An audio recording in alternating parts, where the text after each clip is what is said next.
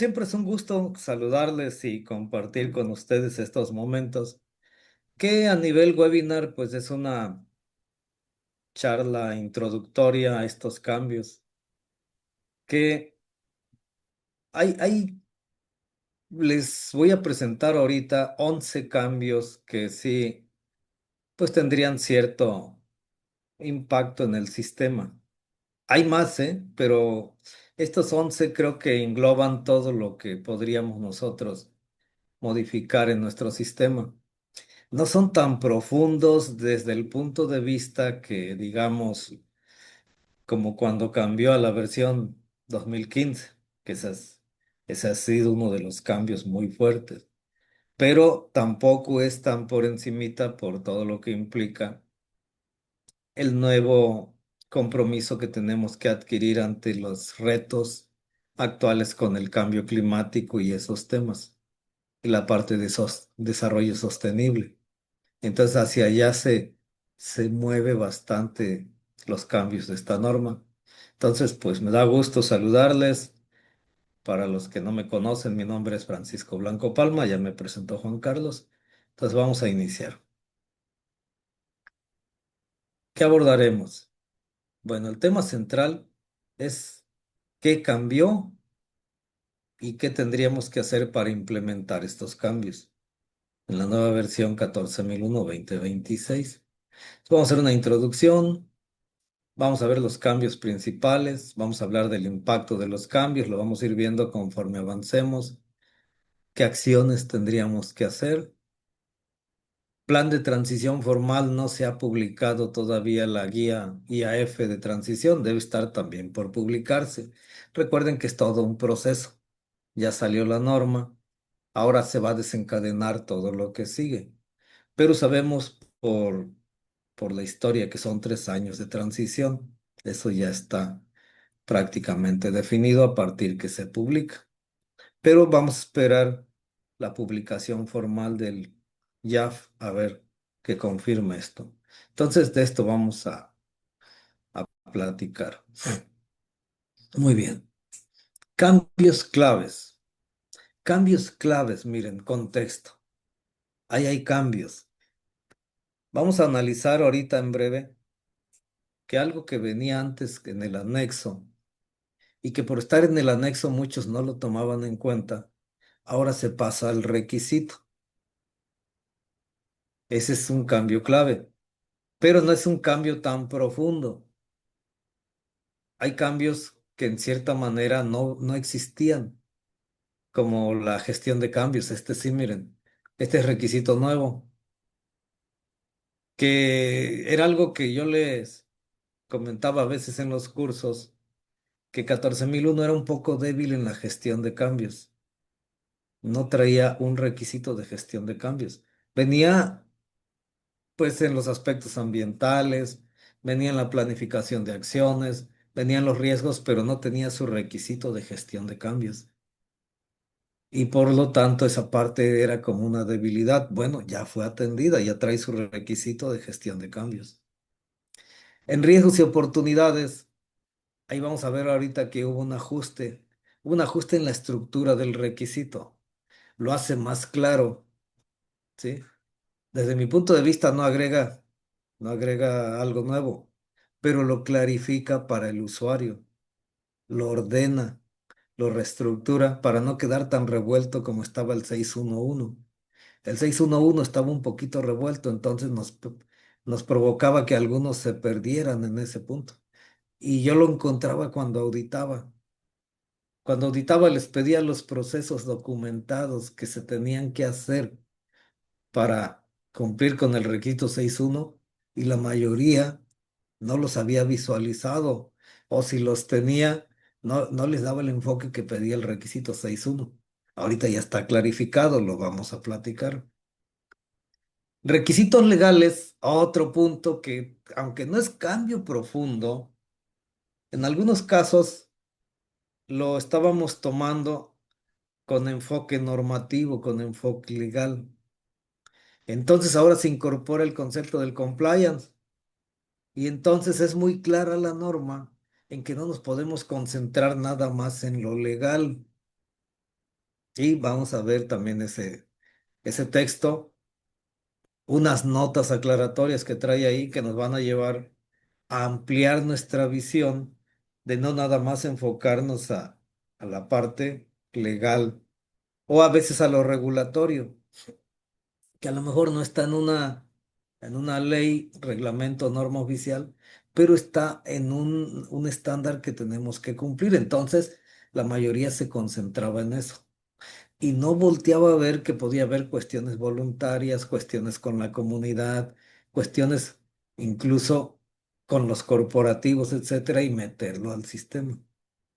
Entonces, esto, al modificar el concepto, requisito legal y otro a compliance, nos hace esa aclaración que cuál fue el sentido de cambiar hacia ese concepto.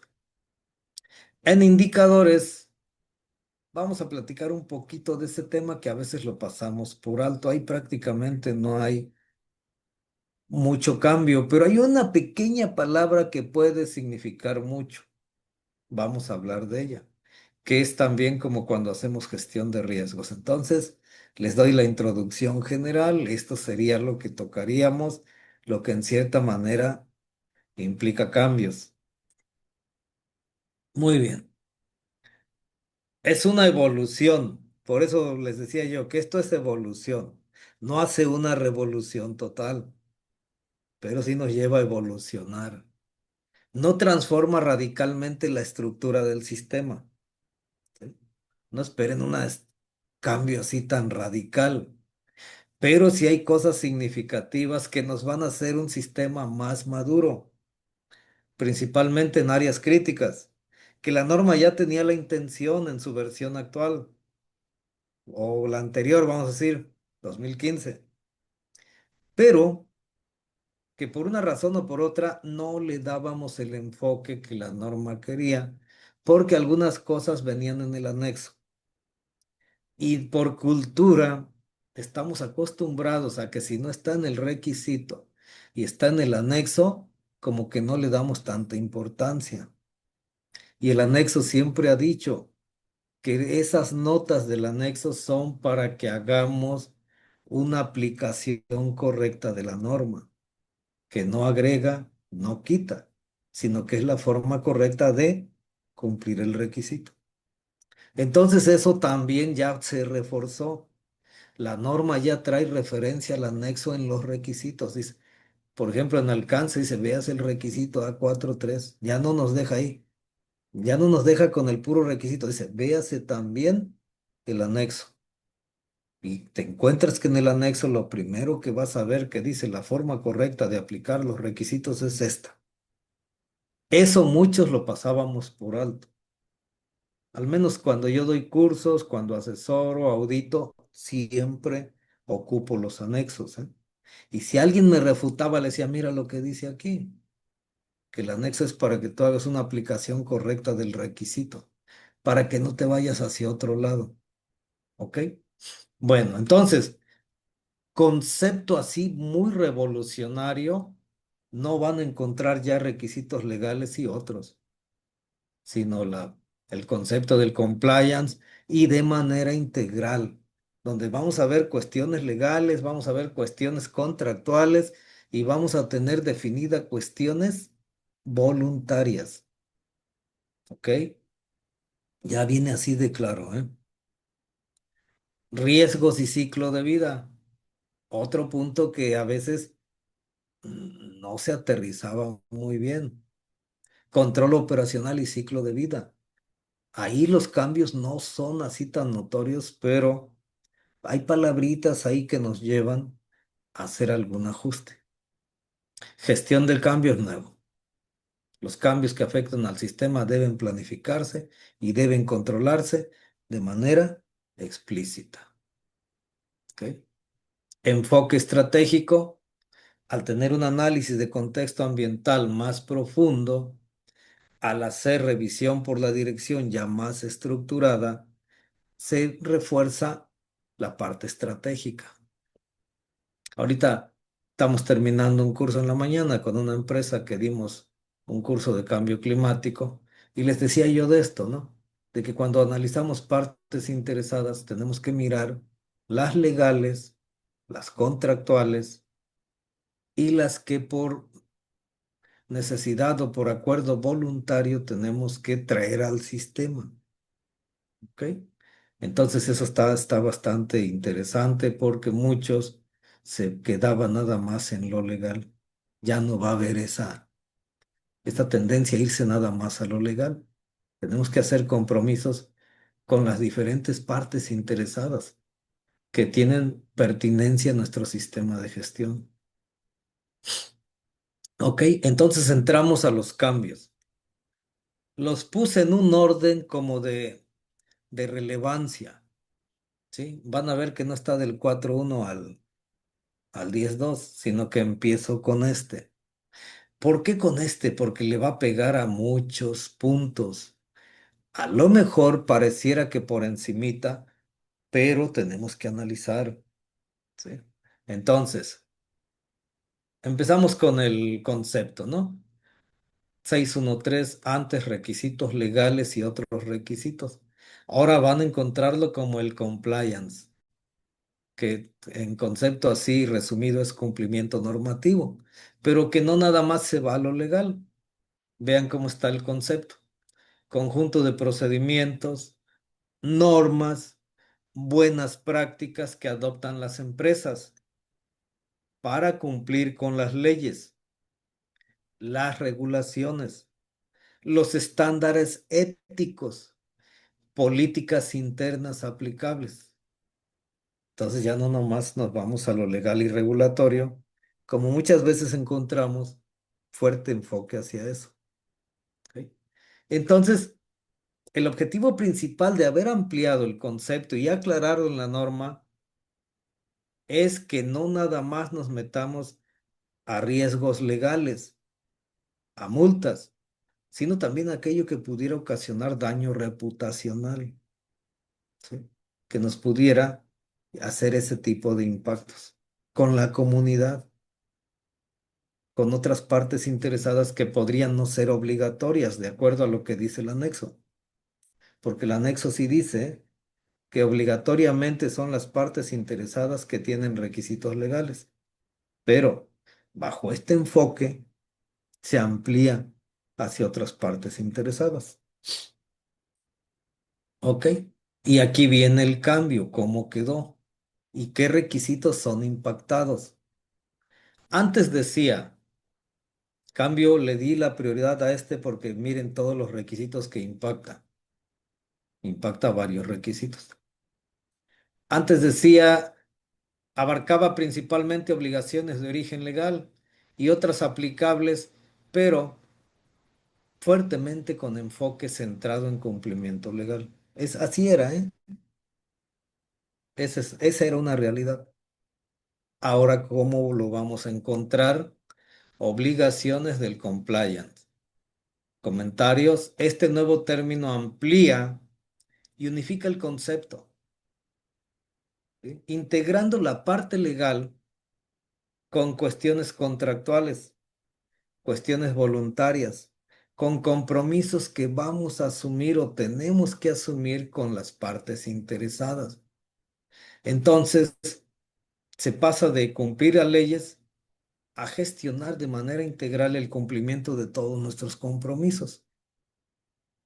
¿Y qué nos da esto? Mayor trazabilidad, mayor alineación con el famoso concepto que se maneja de compliance corporativo.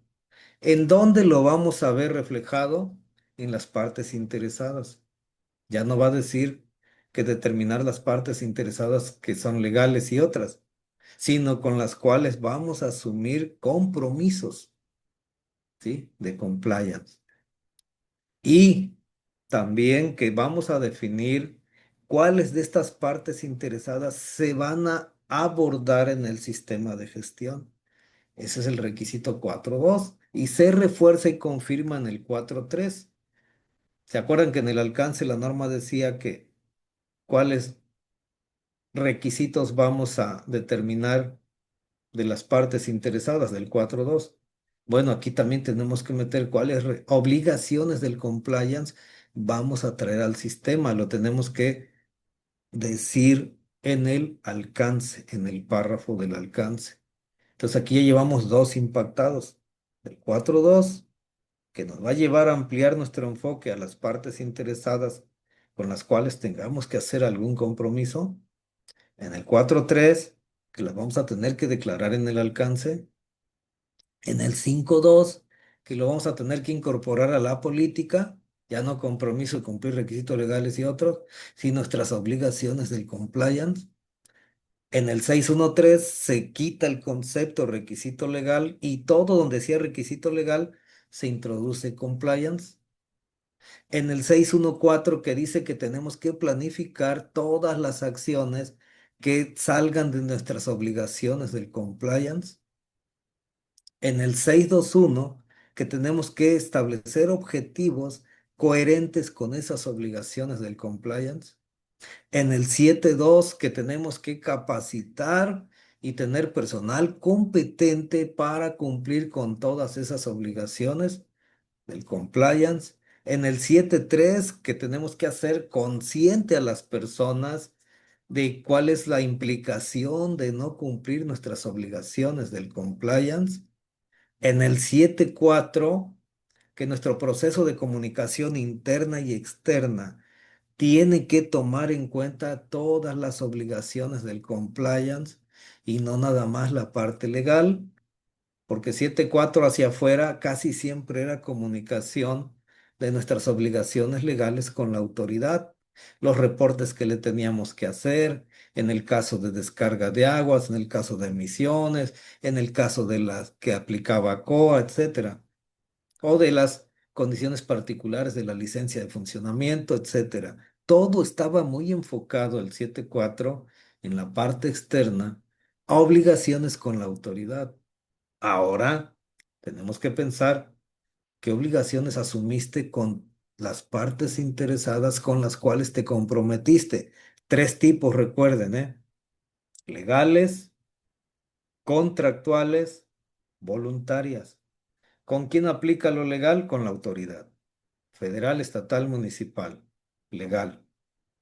Contractual, ¿con quién aplicaría? Cliente, proveedor, contratista. Obligaciones contractuales que asumimos ahí. ¿Y dónde quedan las demás? En las iniciativas voluntarias, con mi corporativo, con mis vecinos, con la comunidad, etcétera. ¿Ok? Entonces vean que se amplía ese marco de compromisos que tenemos que asumir y cumplir. Y entonces nuestro proceso de comunicación interna y externa debe de satisfacer las comunicaciones externas de esas partes interesadas con las que nos hemos comprometido desde el inicio. 751, ahí empieza la información documentada de origen externo que tenemos que controlar para cumplir con estas obligaciones. Y también de ahí sale, recuerden que antes decíamos que los documentos que se consideran necesarios siempre tenían cuatro criterios, ¿recuerdan? Recuerdan que el 751 tiene dos tipos de documentos, los requeridos por la norma, inciso A, y los requeridos porque son necesarios. Dice los que la organización determina como necesaria. Y él A dice los requeridos por la norma. Bueno, también donde decía norma ya le pusieron por este documento, pero eso no impacta en nada, ¿no? ¿Ok? Pero entonces teníamos en el 751B que teníamos que generar los documentos que fueran necesarios. Y para eso había criterios. Primero, si era una obligación legal o regulatoria, ¿verdad? Si era un compromiso con alguna cuestión de oportunidad o gestión de riesgos, o porque yo lo consideré necesario. Entonces ahí teníamos los cuatro, obligación legal, obligación regulatoria para gestionar un riesgo o porque yo lo consideré necesario. Era el enfoque principal. Pues ahora el enfoque va a ser obligación legal, obligación contractual, obligación de compromiso voluntario, lo de riesgos y lo que yo considere necesario. Quedaría más clarito. Los documentos que yo voy a administrar en mi sistema necesarios tendrían ese origen. Y luego, lo que sea de origen externo para obligaciones de compliance, también tenemos que controlarlo. Eso le pega al 751. 911 decía ahí que tenemos que determinar cuál es el seguimiento, cuál es la medición. Pero ahora, ¿se acuerdan que venía lo legal? Pues ahora ahí tiene que entrar la evaluación estructurada de todas las obligaciones del compliance, que dijimos que son de tres tipos: legales, y ahí entrarían también las regulatorias, las contractuales y las voluntarias, que a veces a las contractuales y voluntarias no les evaluábamos el cumplimiento. Entonces ahora hay que tener cuidado, ¿eh? Porque, o a las iniciativas voluntarias tampoco le evaluábamos su cumplimiento en el 912. Ahora tendríamos que evaluar eso también, ¿eh? Y finalmente el 93, que si no revisábamos esas obligaciones como parte interesada, como cumplimiento, como cambios, ahora lo vamos a tener que hacer. Pero recuerden que está fácil, ¿eh? Lo legal y regulatorio, lo contractual y lo voluntario. A esto nos lleva este cambio que nace en el 613, pero impacta, vean, todos esos requisitos que les acabo de comentar. ¿Ok? Por eso lo puse como uno de los cambios principales. ¿Ok? Que aunque parezca que nomás cambió la palabrita, sí impacta, impacta varias cosas. Nos hace un enfoque más corporativo hacia riesgos más amplios de las partes interesadas. Ese es el uno. Cambio dos. Les dije que se reestructura la parte de riesgos y oportunidades. Y esto está bien interesante porque miren, me ha tocado a veces en auditorías, por alguna razón que no sé cuál sea, porque la norma lo pide, que en la parte 14001 le damos fuerte enfoque a los riesgos de tipo ambiental, al riesgo ambiental. Pero eso es el 612. Y dejábamos de lado o dejábamos muy por encimita los riesgos de tipo negocio, por decirle de esta manera. Cómo eventos ambientales pueden afectar el propósito de la organización y el propósito de su sistema de gestión. Hablando de riesgos de tipo legal, por ejemplo, que no impacta al ambiente, pero me pueden multar, me pueden clausurar, me pueden atrasar algún proyecto por cuestiones legales.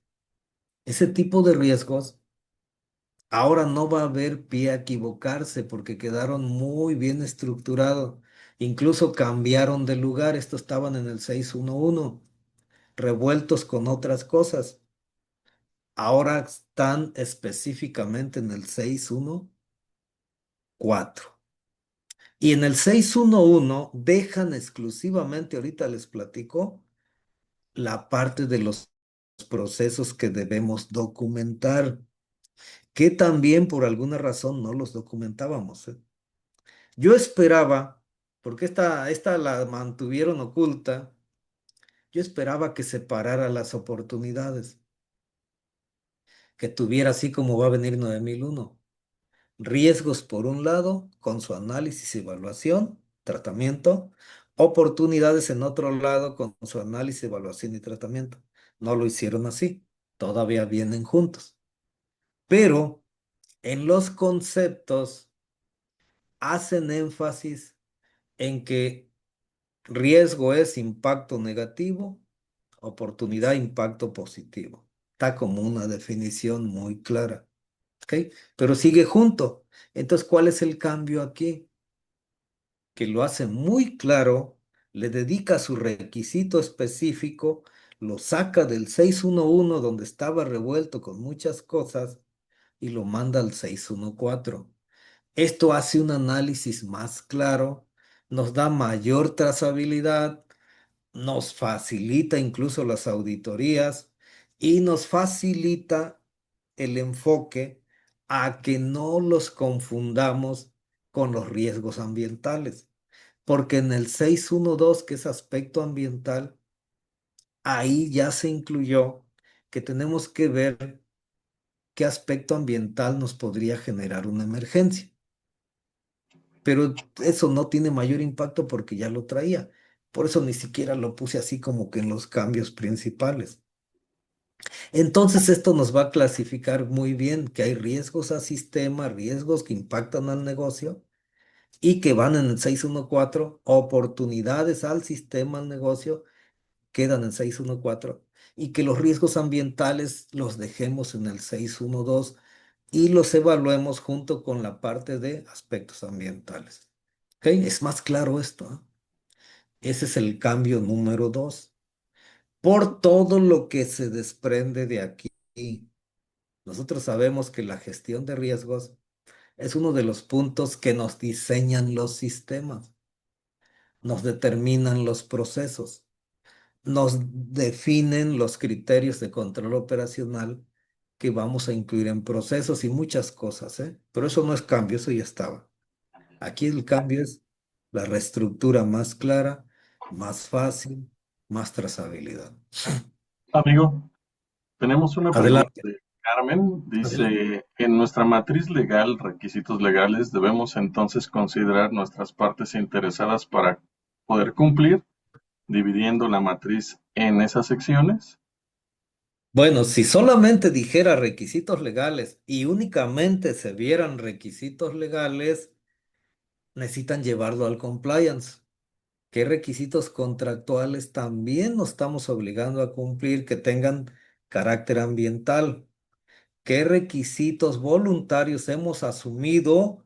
¿Qué cláusulas le incorporamos a esos requisitos voluntarios y darles el tratamiento de requisito legal? Ese sería el cambio. Y sí sería muy sano, pues poner, ¿no? Estas son mis obligaciones legales, estas son mis obligaciones contractuales y estas son mis obligaciones voluntarias. Ese sería lo mejor. También para ya tenerlo muy clarificado. ¿Ok? Gracias. Esperemos responder la pregunta de Carmen. Adelante, siguen preguntando. Aquí yo Muy gestiono bien. Francisco. Ok. Cambio 3. Planificación de acciones. Planificación de acciones se mueve del lugar del 614 al 611. ¿Ok? Este cambio lo dejé hasta acá porque no tiene tanto impacto como los primeros dos.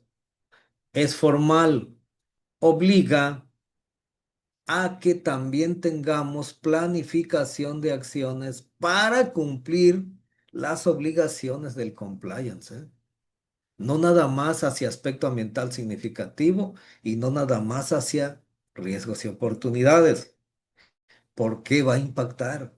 Porque también tenemos que planificar, ahora sí, forzosamente, las obligaciones voluntarias que vamos a adquirir con cualquier parte interesada, por ejemplo, que se considere afectada con nuestro desempeño ambiental, que a veces esa muchos decían, no, yo esa ni la meto, no, yo con esa ni me comprometo, aunque el anexo decía que sí, que esa parte la hiciéramos pertinente cuando nos expresaba que se sentía afectada por nuestro desempeño ambiental, pero estaba en el anexo y ahí se perdía. Y si queríamos la incorporábamos y si no tampoco. A mí me gusta que cuando voy a auditar me meto a redes sociales, me meto a qué dicen los periódicos, qué dicen las noticias acerca de la empresa que voy a auditar. ¿Por qué? Porque cuando una parte interesada se considera afectada por el desempeño ambiental de una organización, la debemos hacer pertinente. Eso dice el anexo, ¿eh? Y lo dejaron igual, el anexo de la 14.001. ¿Y qué sale de esa parte interesada si no es autoridad, si no es regulador, si no es proveedor, si no es cliente, si no es contratista? ¿Qué sale de ahí? Pues una obligación voluntaria, que le tenemos que planificar acciones. Así debería ser, ¿eh? Bueno, así ya nos queda más claro en este requisito que también cualquier obligación del compliance que hayamos asumido tiene que planificársele acciones, ¿eh?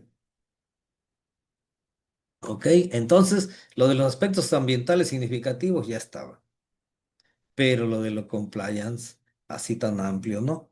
Entonces, como les decía, nos íbamos a lo legal, nos íbamos a lo regulatorio y eso planificábamos.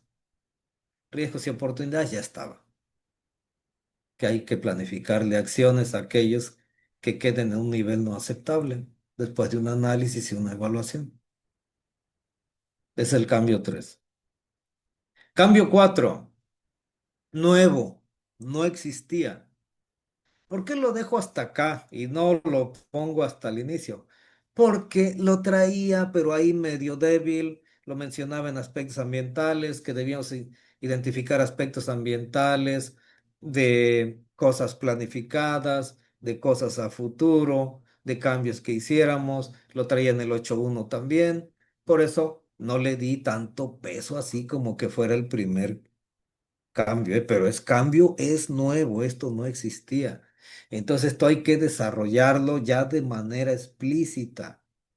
De esto, para los que me han invitado a hacer auditorías de primera parte o si me ha tocado hacerle de tercera parte, de esto he dejado no conformidades. Les explico un ejemplo. Vas y auditas y encuentras que están construyendo un anexo, están construyendo una ampliación, algún proceso. Y tú dices, esto es un cambio.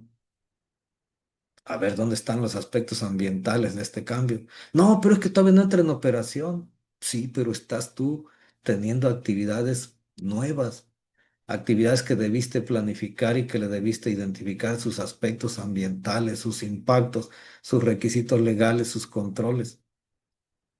Pero es que está dentro de mi proceso y eso me suena a una mía o eso. No llega tanto tal vez, pero tienes que planificar ese cambio. ¿Ok?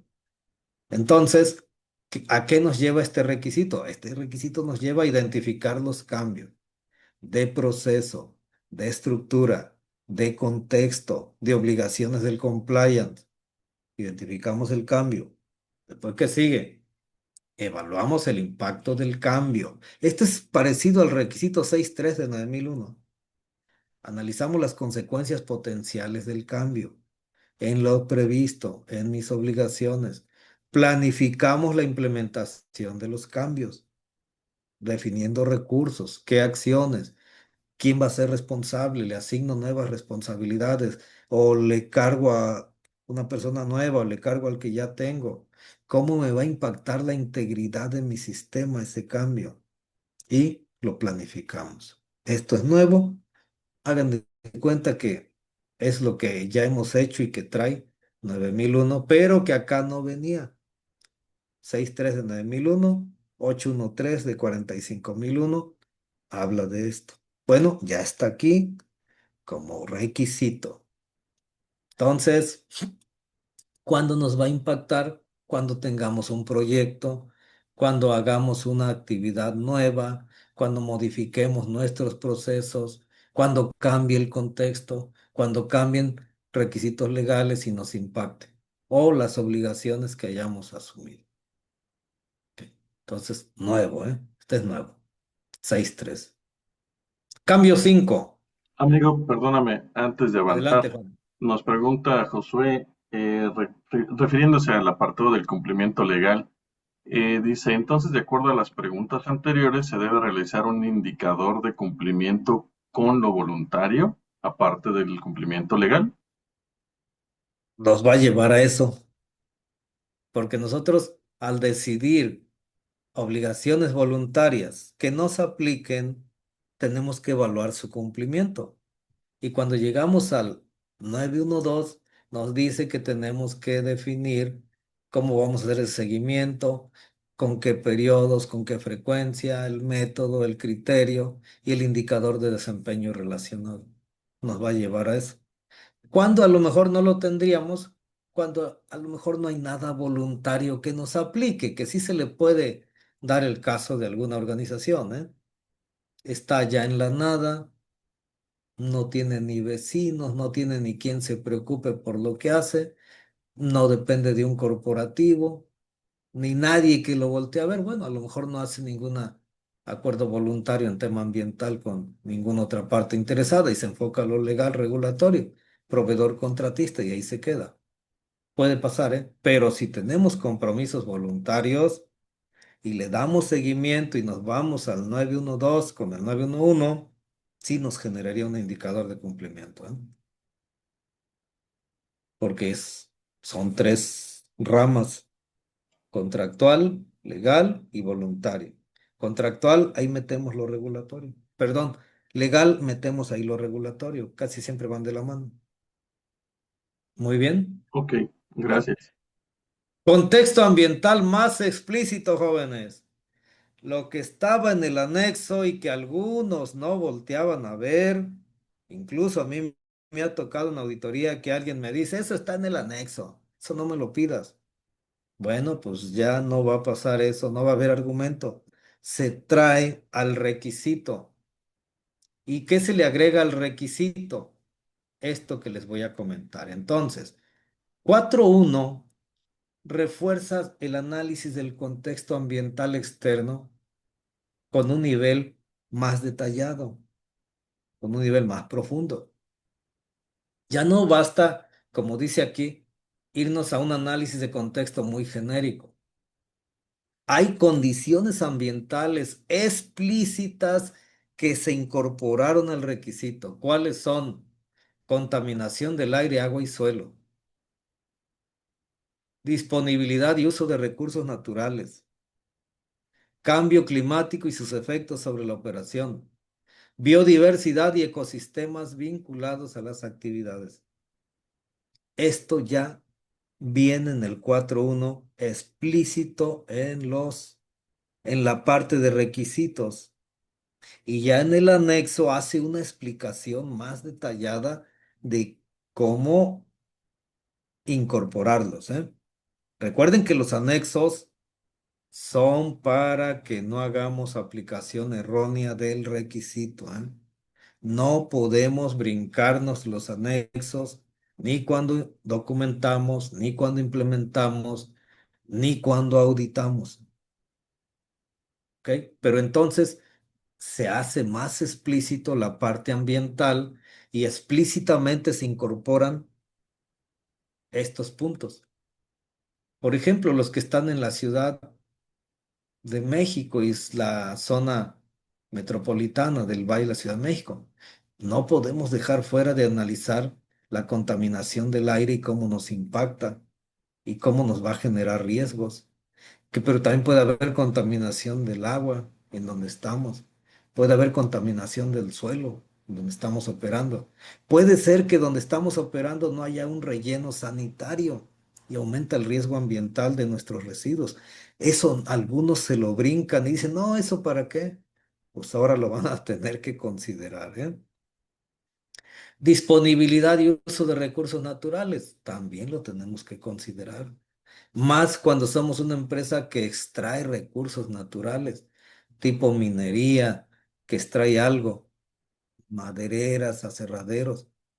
¿Cuánto recurso natural tienes disponible? ¿Por qué?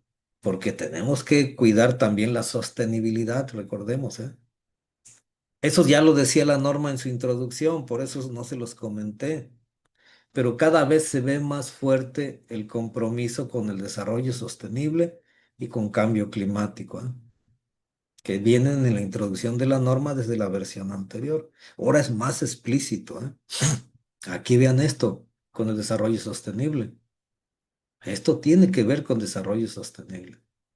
Y cambio climático ya no queda en enmienda, se viene al requisito.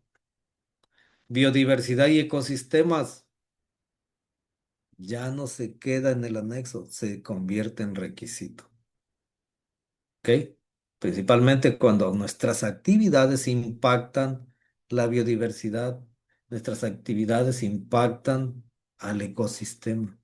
Tenemos que considerarlo forzosamente en nuestro análisis del contexto. En alguna ocasión me ha tocado auditar empresas carreteras y por no haber hecho esto en su análisis del contexto, han tenido problemas que les ha costado dinero. Les menciono un caso rápido aquí para ejemplificar esto, para que quede más claro. Me tocó una vez una empresa constructora que por no haber hecho un análisis de la biodiversidad, a donde habían hecho el trazo de las carreteras y ya habían llegado con maquinaria, ya habían llegado con todo para empezar a abrir brechas. Y resulta que ahí había especies de árboles protegidos, como la biznaga, por ejemplo, y no pudieron avanzar ahí. Tuvieron que rehacer la ingeniería, rehacer los trazos y modificar la ruta de la carretera. Y ya se imaginan cuánto les costó eso por no haber hecho un análisis de biodiversidad. Eso fue real, ¿eh? Se lo encontré en una auditoría. Y otras que les podría yo comentar, pero nos quitaría tiempo. Pero que vean que eso ahora ya no va a ser opcional. Lo tenemos que analizar desde nuestro contexto, con enfoque a riesgos, a la operación, al propósito de la empresa. Aquí no estamos viéndolo así solamente el impacto al ambiente, sino impacto al propósito de la empresa y también cómo nosotros impactamos al ambiente. Son los dos tipos de riesgos que comentamos, y oportunidades. Ese es el 5. Vámonos al cambio, cómo está expresado en la norma. Miren, antes decía que teníamos que incluir condiciones ambientales capaces de afectar o verse afectadas por la organización. Ahora dice, las cuestiones ambientales deben incluir condiciones tales como niveles de contaminación, disponibilidad de recursos naturales, cambio climático, biodiversidad y salud de los ecosistemas.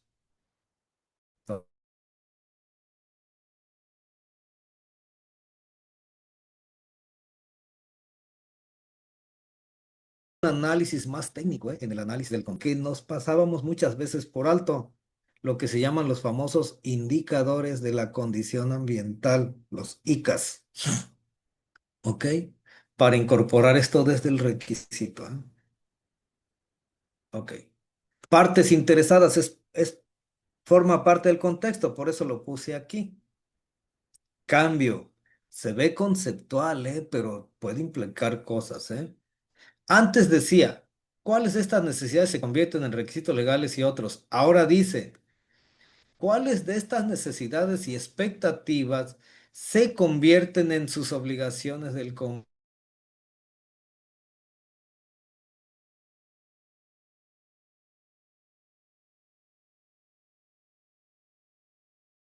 ambiente? Desde aquí tenemos que de estas obligaciones legales, regulatorias, contractuales y voluntarias se van a abordar en el sistema desde el 4.12. Y aquí nos hace una nota. Las partes interesadas pueden tener necesidades y expectativas relacionadas con condiciones ambientales, tales como niveles de contaminación, disponibilidad de recursos natural, cambio climático, biodiversidad y salud de los ecosistemas. Entonces vean cómo amarramos ese contexto más técnico con los requisitos en los cuales nos podemos comprometer con las partes interesadas. Se ve más clara la armonía entre el contexto y las partes interesadas, que a veces también las dejábamos como que separadas, ¿eh? Ok, vean, ampliar qué acción podemos llevar a cabo, ampliar el enfoque tradicional de requisitos legales, definiendo también lo contractual y lo voluntario, ya se los comenté. Nota 2, esto viene en la norma. Una necesidad y expectativa pertinente de parte interesada distinta de requisito legal se convierte en una obligación del compliance cuando decidimos cumplirlas o cuando esa parte interesada nos dice que se siente afectada con nuestro desempeño. Así lo dice el anexo, ¿eh? Entonces, con esto queda más claro el cambio de esta parte. Cambio 6, control operacional. Esto ya estaba, pero ahora lo pone un poquito más claro, ¿sí? Entonces, nos queda más claro ahorita en este requisito 8.1 que el control operacional tiene forzosamente que incorporar lo del ciclo de vida, procesos, productos y servicios suministrados externamente. Es lo que nos aclara que tenemos que meter en control procesos, productos y servicios suministrados externamente y que debemos buscar controles que ya decía, donde puedas influir y donde realmente puedas controlar en la cadena de valor. ¿Ok? Entonces, como ya vamos a llevar estas obligaciones a nuestro sistema de una manera más explícita, nuestros controles van a ser un poco más definidos en esas cadenas de valor con los proveedores, con los contratistas, incluso con los que hagamos compromiso voluntario y tengamos que aplicar algún control. Porque recuerden que los controles operacionales nacen de los riesgos y oportunidades, nacen de los aspectos ambientales, nacen de las obligaciones del compliance. Y entonces, pues tenemos que reforzar la parte de controles operacionales, ya más clara la perspectiva de ciclo de vida, ya más claro la parte donde nomás puedo influir, donde sí puedo controlar. ¿Cómo voy a controlar la parte de proveedores? Eso los puedo controlar. ¿Cómo voy a influir al cliente? Porque ahí no lo puedo controlar. Eso ya estaba en la norma. Entonces este cambio pues nos va a llevar a hacer un análisis de qué controles vamos a reforzar. Cambio 7, revisión por la dirección. No tiene tanto impacto este cambio porque prácticamente es lo mismo, solamente se armonizó con las otras normas. Ya no viene 9.3 y puro inciso, ya está como 9001. 931, que es lo general, 932, que es lo que debemos meter en la entrada, 933, lo que debemos poner en la salida. ¿Ok? Ahí es una reestructura y un orden nada más de lo que lleva la revisión por la dirección. Entonces aquí pues la importancia es que se reorganiza, ¿no? Se reorganiza como está la 9001. Esto pues es un poquito más alineado a la estructura de alto nivel, pero el cambio dice que no nada más es que cumpla con la estructura de alto nivel, sino armonizarlo lo más que se pueda.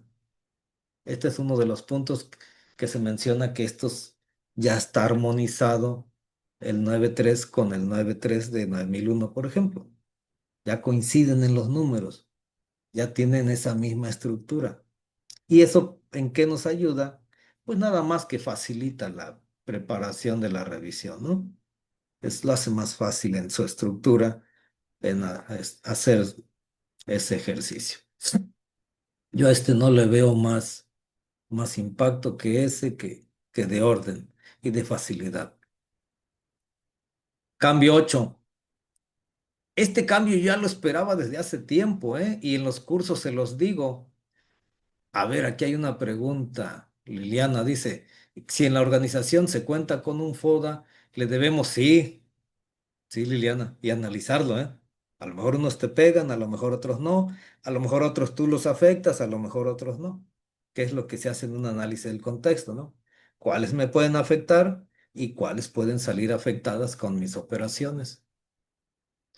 Leonel me pregunta que si se alinea la 45001. ¿En qué punto, Leonel? Porque no vi en qué momento hiciste la pregunta. Ahí si me lo puedes escribir abajito para que te diga. Ok, hasta ahí están las preguntas. Bueno, miren, este punto yo siempre se los comentaba en los cursos. La redundancia que había entre el 10.1 y el 10.3 ya se quitó. Solamente se dejó integrado en el 10.1 la parte de mejora y el 10.2 la parte de no conformidad y acción correctiva. Este no tiene mayor impacto. Este quita redundancia, pero es cambio, ¿eh? Por eso lo comentamos. Entonces se integra el 10.3 con el 10.1. Se quita esa redundancia que veíamos, ¿ok? Y sigue siendo igual. Definir seguimiento, medición. Ah, pero en el 9.1 hay un pequeñísimo cambio que creo que sí se los apunté ahí. Miren, pero aquí está, se los comento de una vez. Este es el 9.1, miren, que ayuda a la mejora continua. Antes la norma decía nomás dos cosas en el inciso A, 9.1.1 inciso A. La organización debe determinar el seguimiento y la medición. ¿Qué se le agregó ahí? Que debe determinar el seguimiento, la medición y el análisis que debe hacer para determinar su desempeño. Entonces esa palabra del análisis se incorpora ahí junto al seguimiento y medición.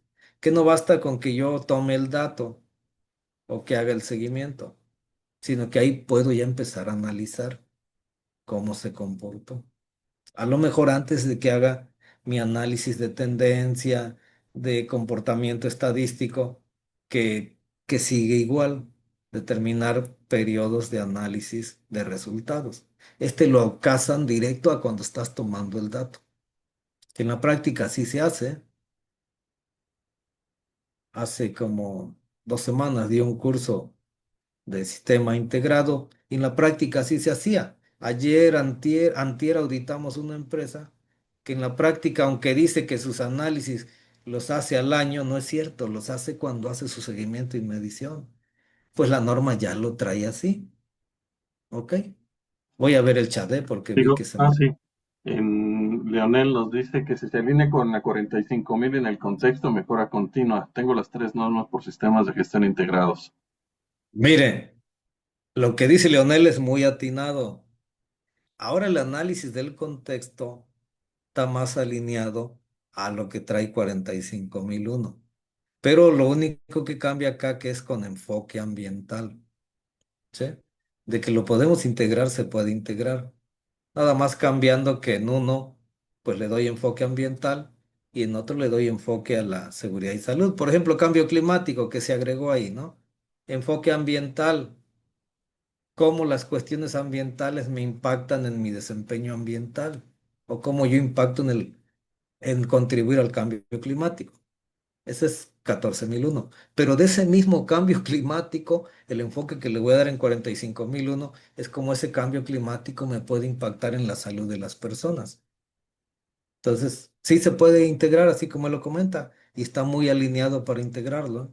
Yo siempre he recomendado que su análisis del contexto a la parte ambiental, a la parte de calidad, le agreguen lo que dice el anexo de la 45.001, que está más definido para hacer el análisis de contexto. Por ejemplo, 14.001 les dice, chécate cómo andas en cuestiones estratégicas, pero hasta ahí los deja.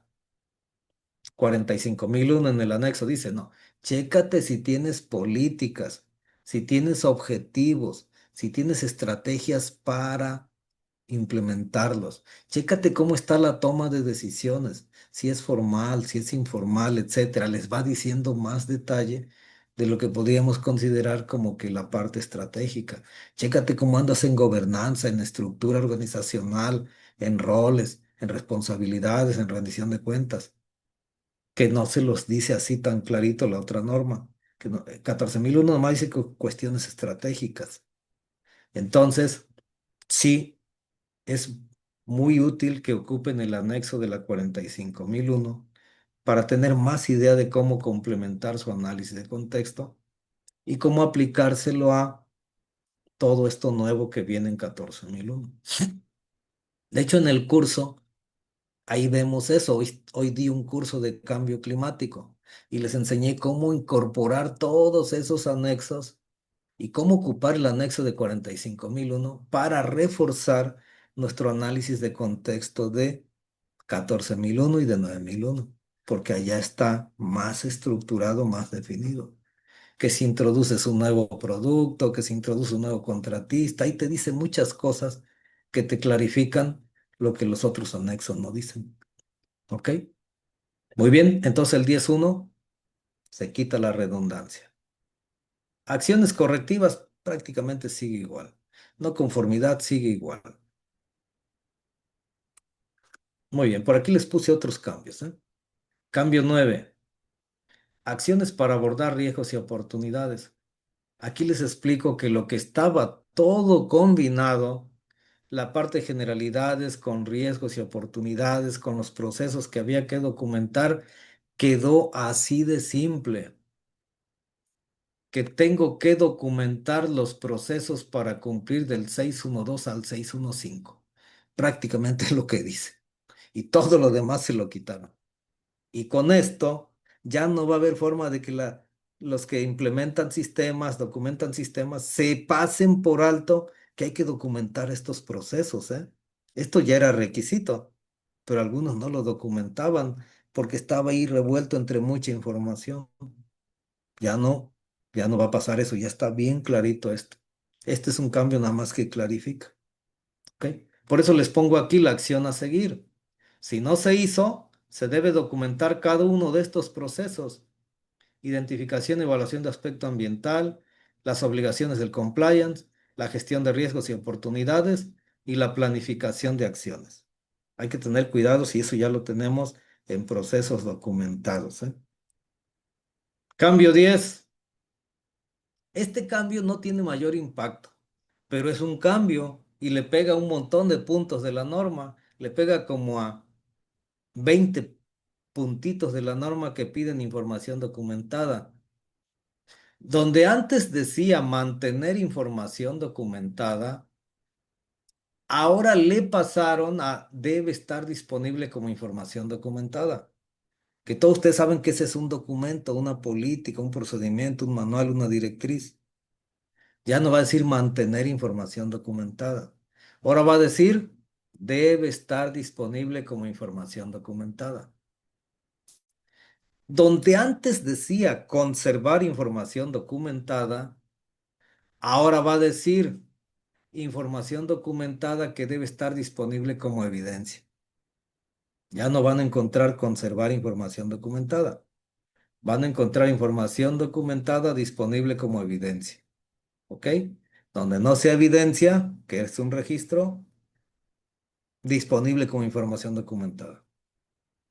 Este no sé de dónde lo sacaron porque anduve buscando cuál fue la razón, pero pues yo creo que para hacerle un cambio así que se viera que trabajaron, ¿no? Pero bueno, cambio nada más de concepto. ¿Ok? Claro que recuerden que siempre dice que este tipo de cambios no nos obliga a que nosotros cambiemos todo lo que ya traíamos y ponerlo así, porque finalmente no impacta en la operación, no impacta en lo que hacemos, solamente es un concepto. Esto sí, miren, el impulso a lo digital, esto ya hay que ir pensando en ello. 14.001 siempre debió haber sido casi todo en digital, salvo que para la autoridad muchas cosas las quiere impresas, pero finalmente 14.001 nos deberíamos enfocar en lo digital. Entonces, cambio pues no tiene mayor relevancia. Cambio 11, cambios del anexo. Está bien interesante, ¿eh? Ahora sí, leer los anexos. De aquí les comento algunos porque hay bastantes cambios en el anexo, pero son de clarificación, son de que no lo hagamos de manera errónea. Pero hay uno bien importante. En el anexo ya se incorporan referencia a otras normas. El anexo ya nos indica normas que podemos ocupar para complementar esto. Eso es bien interesante, ya se parece al anexo de la nueva 9001. Por ejemplo, nos dice que podemos ocupar la 14.002 como complemento, la 14.031 que es la de indicadores de desempeño, 14.002 es directriz de implementación, la 14.080. Estas tienen que ver con cambio climático, con economía circular, con todos esos nuevos temas ya nos va dando luz en el anexo qué otra norma podemos consultar. ¿Ok? Entonces, este es un cambio que clarifica. ¿Ok? El anexo A3, que es de aclaración de conceptos, trae conceptos del compliance con su explicación de por qué lo metieron, qué esperan con eso, principalmente de los conceptos nuevos. Ahí viene. ¿Ok? Diversos cambios, hay diversos cambios en los anexos, pero todos son explicaciones principalmente de los requisitos modificados, de lo nuevo que vamos a meter al contexto, cómo hacerlo, en partes interesadas, lo que les he venido comentando ahorita, ahí está en el anexo. ¿Ok? Del enfoque a procesos, de responsabilidades y autoridades, en el tema del compliance, de riesgos, etcétera. Ahí les pongo los más relevantes. ¿Ok? Bueno, vamos a ir cerrando. Entonces, ¿qué esperamos con esta norma? Que nuestro sistema sea más maduro, que nuestras obligaciones ya no se concentren nada más en lo legal, sino en el compliance, que los riesgos, las oportunidades tengan argumentos más sólidos, porque eso nace de un análisis de contexto y de partes interesadas más integral, más completo. Que los controles operacionales, eso lo vemos ya en el curso. Vean en la cuestión de cambio climático lo nuevo que está en cambio climático, sacar acciones de adaptación, sacar acciones de mitigación. ¿Cómo puedo yo buscar poner objetivos de reducción de mis emisiones, calcular las emisiones de alcance uno, cuáles son de alcance uno, cuáles son las de alcance 2, cuáles son de alcance 3 y cómo eso lo voy a llevar a mi sistema en acciones de mitigación, que para muchos van a ser oportunidades porque no tienen la obligación del reporte, no son sujetos obligados de reporte, pero otros sí. Entonces, todo eso se refuerza en esta versión, porque tenemos que ir hacia cambio climático y cambio climático implica todo eso. Y nace del análisis del contexto, previo a los riesgos y previo a la planificación de acciones. Hay que analizar toda esa parte de cambio climático, cómo estamos en eso. Y eso nos va a llevar a que la cadena de valor sea más controlada, porque le tengo que ver qué emisiones, aparte de las de alcance uno y 2 aplican las famosas de alcance 3 que son de la cadena de suministro y que son las asociadas a los productos que entregamos, mínimo en el transporte por cambio climático, emisiones de gases de efecto invernadero. Bueno, esa parte va a entrar más reforzada en la cadena de valor por lo de ciclo de vida. Y pues, si hacemos todo de esta manera, pues esta norma va a una mejora continua más integrada, ¿sí? Nos va a llevar a una integración más completa. Ahora, también decía que íbamos a aplicar de la transición. Les dije, todavía no hay un plan de transición oficialmente publicado en la guía YAF que siempre se publica, porque está calientita la norma, acaba de salir, ¿no? Pero va a haber un plan de transición que debemos seguir y que se publica siempre en una guía YAF, que es un MD de seguro, ¿ok? Pero el momento es empezar ahorita, ¿no? ¿Qué ventajas tiene empezar ahorita? Pues que ustedes se van preparando, van haciendo las modificaciones y cuando ustedes reciben su auditoría de certificación, los que ya están certificados, todo lo que es nuevo se pide que sea evaluado. Y como es nuevo, no se convierte en no conformidad. Entonces, aunque no se publique la guía YAF, mi recomendación es hacer un plan de transición a 2 años internamente y en las auditorías de vigilancia pedir que nos auditen estos requisitos nuevos. ¿Qué va a pasar si todavía no lo cumplimos? Nada, porque está certificado con 2015 y eso sería solamente pues que el auditor te tendría que decir, bueno, aquí te faltó esto y esto, pero no te puedo poner no conformidad porque tu certificación no es contra esta norma. Y aprovechamos ese ejercicio de auditoría para que nos vayan checando esto. De tal manera que cuando termina el ciclo, pues ya estamos listos. Ya nos auditaron incluso eso. Ya ajusté a lo que un auditor me puede decir en un momento de auditoría. Entonces, esa planificación anticipada, ¿qué va a garantizar? Lo que les puse ahí, una migración ordenada, eficiente y sin riesgos de no conformidad, porque todavía mi certificación es 2015. Entonces, en esas auditorías de vigilancia se planifica hacer la transición y ser auditados y no hay riesgo de no conformidad y alinean su sistema sin ningún sobresalto. ¿Qué pasa si no lo hacen así y se esperan al último tiempo cuando ya se tengamos encima el vencimiento? Pues lo que no hayamos hecho va a ser no conformidad. Entonces, pues ese es el consejo que les quiero dar en cuanto a la transición. ¿Cómo planificar esa transición? Esa es la mejor manera. ¿Eh? Esa es la mejor manera. Bueno, yo aquí termino porque ya tengo el Muy bien, tiempo justo. perfecto, Les muy bien, agradezco amigo. mucho la atención. Pues muy interesante y muy interesante también la parte de los consejos, ¿no? De pues empiecen a prepararlo poco a poco, porque pues Sí, viene la transición y su certificación. Digo, también depende mucho de lo que cuándo se vence su certificado, ¿verdad? Eso es sí, sí, sí, también eso depende. muy Eso depende. importante. Ajá, Muy bien. entonces, bueno, vamos a Aquí hacer, hay, no sé si alguien aquí hay tenga una alguna pregunta. pregunta. A ver, adelante. Adelante, Alfredo Paco, si hizo una quieres, dice pregunta. Alfredo. Adelante, adelante. Dice Alfredo que pues hay que cambiar a la nueva versión, ¿no? Dice, ¿tendré que hacer mi gestión del cambio, transición en base a este nuevo lineamiento? Sí, eso es lo que se recomienda, que ya empecemos a aplicar esto. Es correcto, Ujú, ¿sí? muy Sí, bien. desde una vez, ver cómo va a impactar la integridad de mi otro sistema, ver cómo lo voy a hacer para no tener riesgos, todo eso que les comenté.